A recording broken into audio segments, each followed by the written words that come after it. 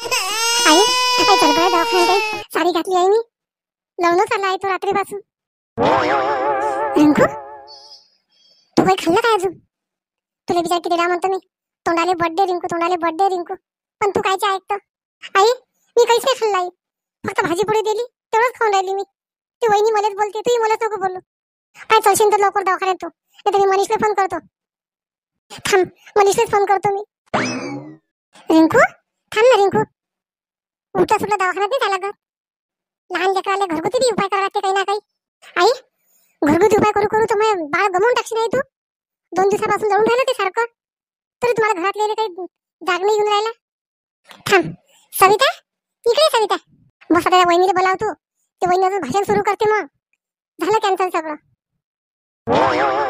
आई काय झालं? ती आलूची वाळू टाकून राहिली ना मी, पण पसारा आवरून राहिली ना. काय म्हणता आई? सविता पाय ना सविता, या लेकराचं पोट दुखून राहिलं की काय दुखून राहिलं, सारखं लढून राहिलं. आई मी पहिले सांगितलं रिंकूताईले, रिंकूताई काही काही खात राहतात आई, म्हणून त्या लेकराला भारी चाललं. मी बोलली की मग भाजीचं तोंड दिसते. वहिनी तुम्ही नाही का बोलू, जा तुम्ही तुमचे काम करा. रिंकूताई मी खरी बोलतो तर तुमच्या जीवार येते, पण तुम्हाला सांगतो आपल्या तोंडाले बड्डा राहते बरं काही दिवस. मला अनुभव आहे सगळ्या गोष्टीचा, म्हणून सांगू राहिली तुम्हाला मी. तुम्ही खासान हे लेकराचे हालून राहिले असे, मला हवा दवाखान्यात दे पैसा.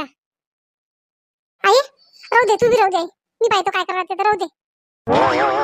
सविताबाई चल ना आता, काय घेतो बिचारे आलू, भाजीले पाहतात भाजीले पाहतात. राहू दे ना सविताबाई, देऊन टाक ना. पुष्पा तू कोण पोट दुखून राहिला?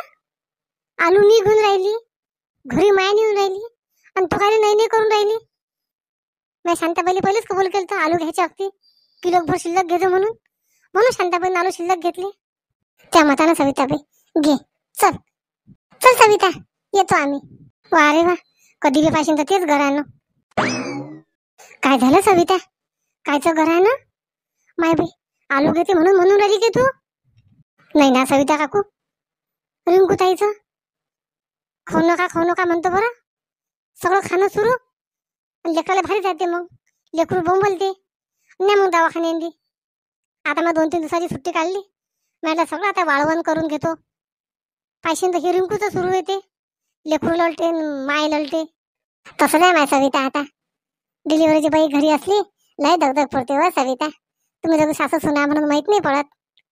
कर माय शांततेनं, चल सविताबाई.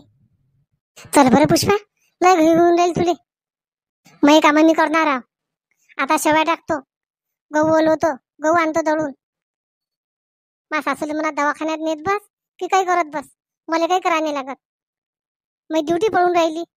थांब राजाजीला फोन करतो, चांगलं गहू आणा म्हणतो 5 किलो. हॅलो राजाजी, मार्केटला आला तुम्ही? काय म्हणता सविता, कालू चिपकडे बोलावता का मला घरी? तसं नाही म्हणत ना मी, 5 किलो गहू घेऊन येता येताना. ओलवतो मी गहू कुरवड्यासाठी शेवड्यासाठी. ठीक आहे आणतो.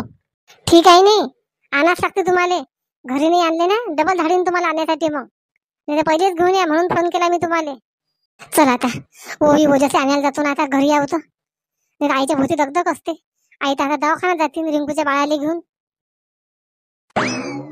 मला माहित आहे ना कोणी कोणाचं ते लग्न झाल्यावर आई बी त्यापुरतीच करते. थांब मी मनीषलाच फोन करतो, नाही तर सांग आता कोण आली न्यू. आई थांब ना रिंकू, आली ना मी, घरी नको करू ना एवढी. रिंकू बेटा तू शांत राह बरं, तू घरीच थांब, मी बाळासाठी औषध आणतो, त्याला काही नेऊ नको तू दगदग करत जीवाले. आई किती कठीण काम करून राहिलं माझ्यासाठी, सांग बरं तू. पाळण्यात टाकता येत नाही बाळाले, पाळण्यात घातल्याशिवाय. कार्यक्रम करतो, लहान करतो, मोठा करतो. माझी सासू बी तशीच, एखादी तू करून घेते, 5-6 बाया जमा करून झालं. सांगा त्यांनी कशी त्याला थापट थापट करून झोपून देऊ. बरोबर आहे रिंकू ते, पण ती सासू ऐकत नाही ना बाई. थांब तू टेन्शन नको घेऊ, मी भात औषध आणतो. औषध आणते आई, औषधानं जमते. पाय म्हणा कोणतं औषध आणतं तर संध्याकाळी दवाखान्यातच त्या लागेल. तर मी मनीषला फोन करून पाहतो, थांब. हॅलो मनीष, कुठे आहे मनीष तुम्ही? रिंकू ऑफिसमध्ये आहे मी. काय झालं, काही अर्जंट काम होतं काय? नाही ना मनीष, बाळकाने राहूनच आलं कालपासून. आई म्हणते मी औषध आणतो, माझी इच्छा होती दवाखान्यात न्यायची. रिंकू फोनही नाही केला तू? आलोच मी. ठीक आहे मनीष, या मग. पाय शेवटी बापाला कदर येते की नाही लेकराची, कोणी कोणाचं नाही आहे. आली रे बाळा, थांब थांब थांब. बबली कुठं गेली बबली?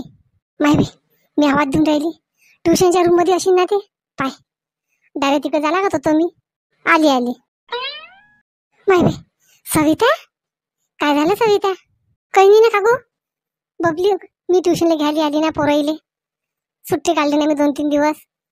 कुरवड्या सांडोळ्या आलूचे चिप्स करायसाठी, म्हणून म्हटलं आता गेले घ्यायला जातो म्हटलं ट्युशनले. संपायची राहिली वाटते ट्युशन. हा सविता 10 मिनिटं राहिले. बस ना. कुठे गेली शांताबाई? आई आहेत ना घरी.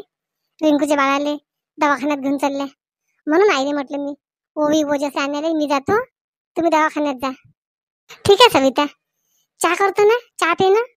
नाही नाही काकू, काहीच नका करू, कामं राहिले मग घरी. चल घरात बस खुर्ची 2 मिनिटं, नाही तर इथं बस. काकू करा तुम्ही तुमचे कामं. आता उन्हाळ्याचे सगळे कामच आहेत, तर कामं राहिल्या जाते काय? करा करा तुम्ही. 5 मिनिटं उभीच राहा तुम्ही. सविता थांब, मी बाद चहा करतो. तसे काही येत नाहीस तू माझ्या घरी. नाही नाही सुषमा काकू, चहा नका करू, काहीच नका करू. तू पाजू नको ना मला तुझ्या घरी. तुला असं वाटते काय आपण पेलो याच्या घरी ही काकू आपल्या घरी चहा प्यायला येईन म्हणून? सविता मला बरं वाटेल तू चहा पिली की. थांब सविताबाई, मला खायला सांगता तुझ्या घरी काय माहित. पिंकी आठवण राहिली असेल ना, आई कुठे गेली आई कुठे गेली इतक्या वेळची. पुष्पा आज वावरात नाही गेली तू? घरी कामं कर. ये ना संध्याकाळी मला पापड लाटू लागेले. पापडा उंडा भिजवतो म्हटलं मी. मैसून तू मी भात भर करून टाकू आपण 2 किलोचे पापड. ठीक आहे सविताबाई, येतो मग मी. गुड्डी इकडे ये गुड्डी. आलू कुठून आणले आई आलू? चौकशा नको करत बसू. सांभार चौकशा कुठून आणले काय आणले. रात्री मी पापाचा उंडा भिजवला का नाही, तो आण इकडे. पोळपाट बेलणे आहेत का आपल्या घरी? पुष्पातून येते पापड करू लागायसाठी. काल बरं घंटा 2 घंटे ते पापड होऊन जातात. आई ते पुष्पा काकू रोज वावरांमध्ये जातात, कोणतीले त्रास देतात तुम्ही? आणि आलू आपल्या घरी आहेत ना, कोंब फुटून आले आलूले. आता काय आणले आलू? भले सांबार चौकशा करत राहते, हे कायले केलं आणि ते कायले केलं. पोळपाट बेलणे सांग पहिले आहेत की आणू मी. भली फुकटी आहे माझी सासू. कुठे फुकटातलं भेटलं की चालली घेऊन.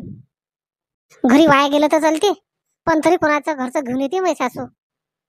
सांग लवकर, बेलणे आहेत काय की आणू मी कोणाच्या घरून? आई आपण दोघं सासूनच करू आई.